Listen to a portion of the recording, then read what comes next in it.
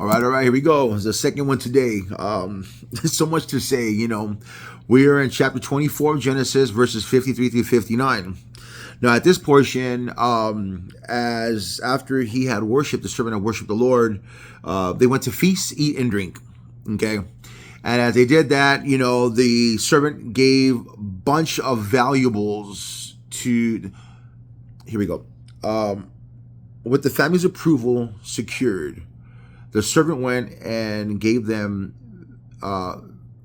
very valuable gifts for betrothal, as a dowry for betrothal. Just basically, he bought the woman. He's like, "Yo, dibs, bling bling, she's coming with me." They're like, "Yeah, you cool though. We get you as a dowry, as a promise and whatnot." And what? So they feasted that night, drank together and all that. Next morning, he wakes up. The servant's like, "Yo, dude, I gotta go. Send me to my master.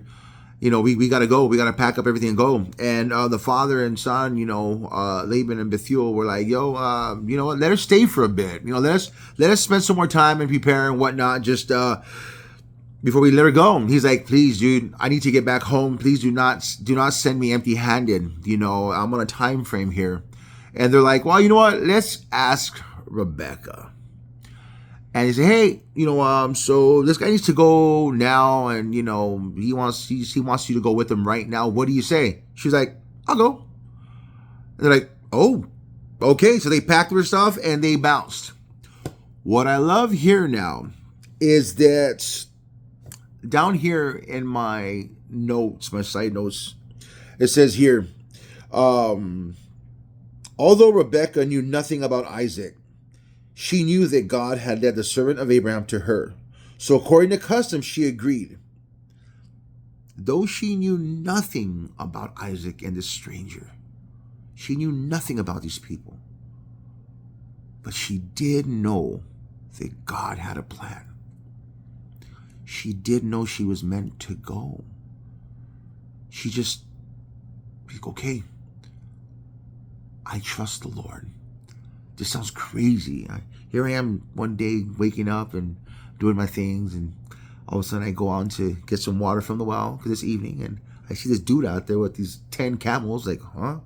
He asked for water, so I give him water, and I hook him up with I'll serve the camels too. The next minute, I'm being bought and introduced into a rich family, and I'm to go away with him and be the mother of thousands upon thousands of descendants. I'm part of God's plan. I was a nobody watering camels in the middle of nowhere. I'm a small town, and now I'm about to be this huge portion of God's plan. So by faith, she left her familiar environment and went to an unfamiliar place. By faith in God, she followed this plan. Kind of like Abraham and Sarah. By faith, they uprooted from their father's house, from Haran. They left his place and they went to a new land as God had been with them, guided them step by step. By faith, this young girl it doesn't show that she ever confronted God or God confronted her. She's never met this dude with 10 camels, 10 Cadillacs, with all this gold and stuff, running good game. It's like, but she sees him worship. She's like, that's a man of God. By faith, she agrees to this plan. Maybe it's just me. Again, I love the word of God because life is a trip and sometimes it sucks. And it's crazy. And yet God has a plan in the midst of this all.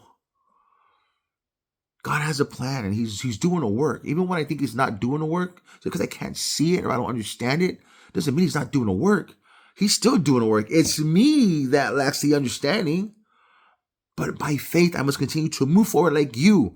God doing something in your life that sounds crazy, but you know it's of him. He's spoken to you. He's confirmed it through the word. He's confirmed it through other people. And you got that peace of God, which surpasses all understanding, that guards your heart and mind in Christ. And you know what? Then by faith, you move forward. And look by faith, this young lady is leaving.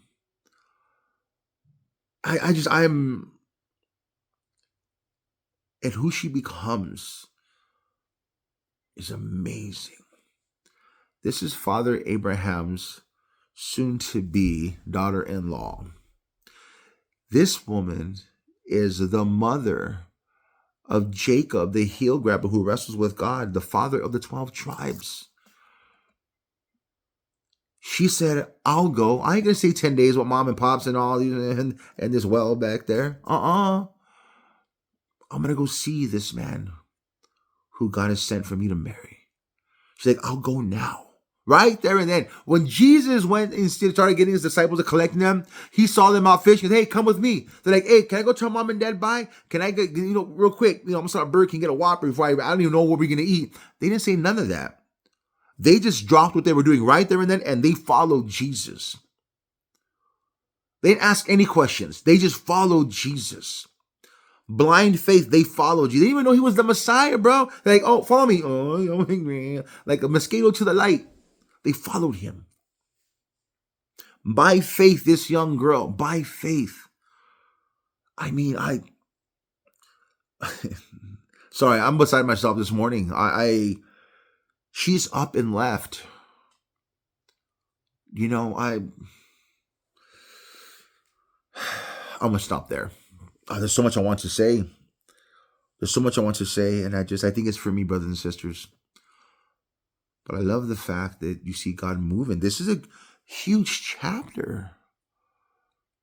And yet it's condensed into one chapter. So much things great of God are happening here.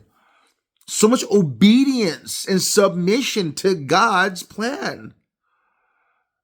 A few days ago, these people were in the Bible. A few days ago, they were just living life.